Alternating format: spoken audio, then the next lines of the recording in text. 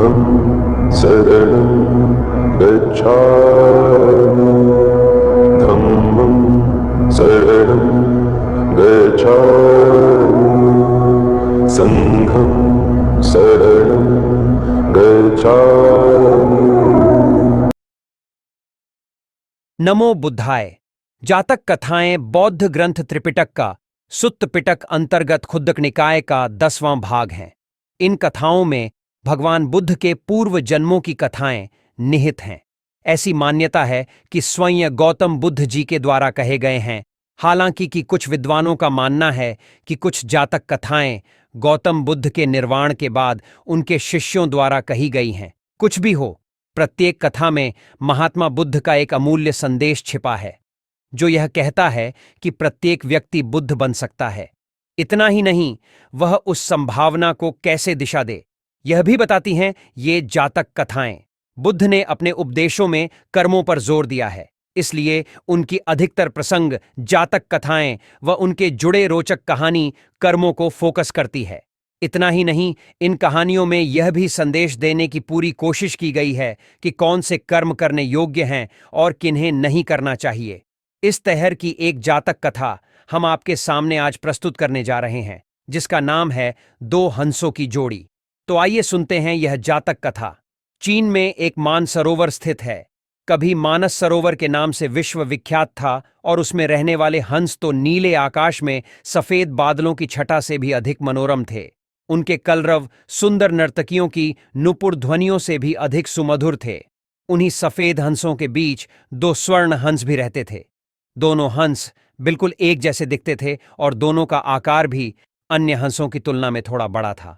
दोनों समान रूप से गुणवान और शीलवान भी थे। फर्क था तो बस इतना कि उनमें एक राजा था और दूसरा उसका वफादार सेनापति। राजा का नाम धृतराष्ट्र था और सेनापति का नाम सुमुख। दोनों हंसों की चर्चा देवों, नागों, यक्षों और विद्याधर ललनाओं के बीच अक्सर हुआ करती थी। कालांतर में मनुष्य योनि के लोगों को भी उनके गुण सौंदर्य का ज्ञान होने लगा। वाराणसी नरेश ने जब उनके विषय में सुना तो उनके मन में उन हंसों को देखने व पाने की प्रबल इच्छा जागृत हुई। तत्काल उन्होंने अपने राज्य में मानस सदृश एक मनोरम सरोवर का निर्माण करवाया, जिसमें हर प्रकार के आकर्षक जलीय पौधे और विभिन्न प्रकार के कमल जैसे पद्म, उत्पल, कुमुद, पुंडरीक, सौगंधिक, तमरस और कहलर विकसित करवाए। मत्स्य और जलीय पक्षियों की सुंदर प्रजातियां भी वहां बसाई गईं।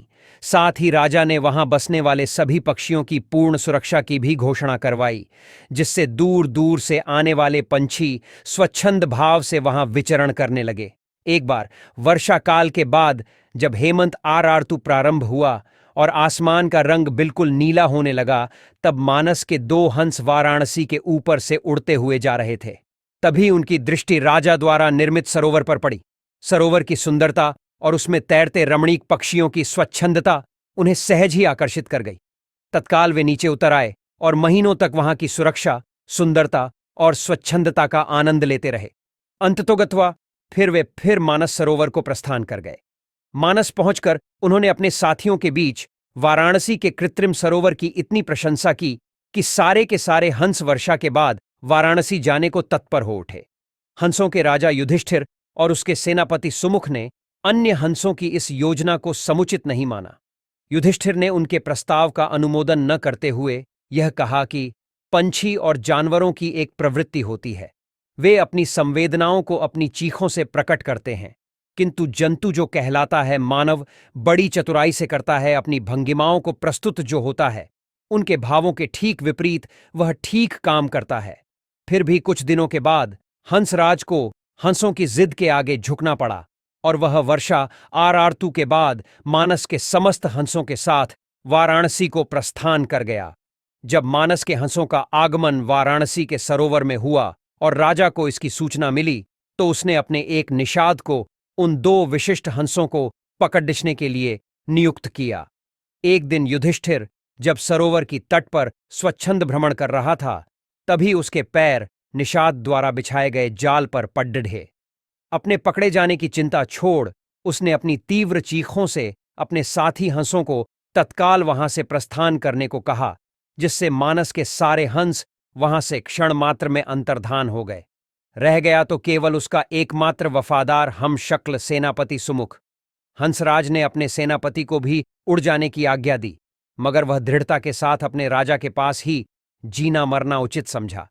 निषाद जब उन हंसों के करीब पहुंचा तो वह आश्चर्यचकित रह गया, क्योंकि पकड़ा तो उसने एक ही हंस था, फिर भी दूसरा उसके सामने निर्भीक खड़ा था। निषाद ने जब दूसरे हंस से इसका कारण पूछा तो वह और भी चकित हो गया, क्योंकि दूसरे हंस ने उसे यह बताया कि उसके जीवन से बढ़कर उसकी वफादारी और स्वामी भक्ति है। एक पक्षी के मुख से ऐसी बात सुनकर निषाद का हृदय परिवर्तन हो गया। वह एक मानव था, किंतु मानव धर्म के लिए वफादार नहीं था। उसने हिंसा का मार्ग अपनाया था और प्राणातिपात से अपना जीवन निर्वाह करता था। शीघ्र ही उस निषाद ने अपनी जागृत मानवता के प्रभाव में आकर दोनों ही हंसों को मुक्त कर दिया। दोनों हंस कोई साधारण हंस तो थे नहीं। उन्होंने अपनी दूरदृष्टि से यह जान लिया था कि वह निषाद निस्संदेह राजा के कोप का भागी बनेगा। अगर निषाद ने उनकी जान बख्शी थी तो उन्हें भी निषाद की जान बचानी थी। अतः तत्काल वे निषाद के कंधे पर सवार हो गए और उसे राजा के पास चलने को कहा। निषाद के कंधों पर सवार जब वे दोनों हंस राज दरबार पहुंचे तो समस्त दरबारीगण चकित हो गए।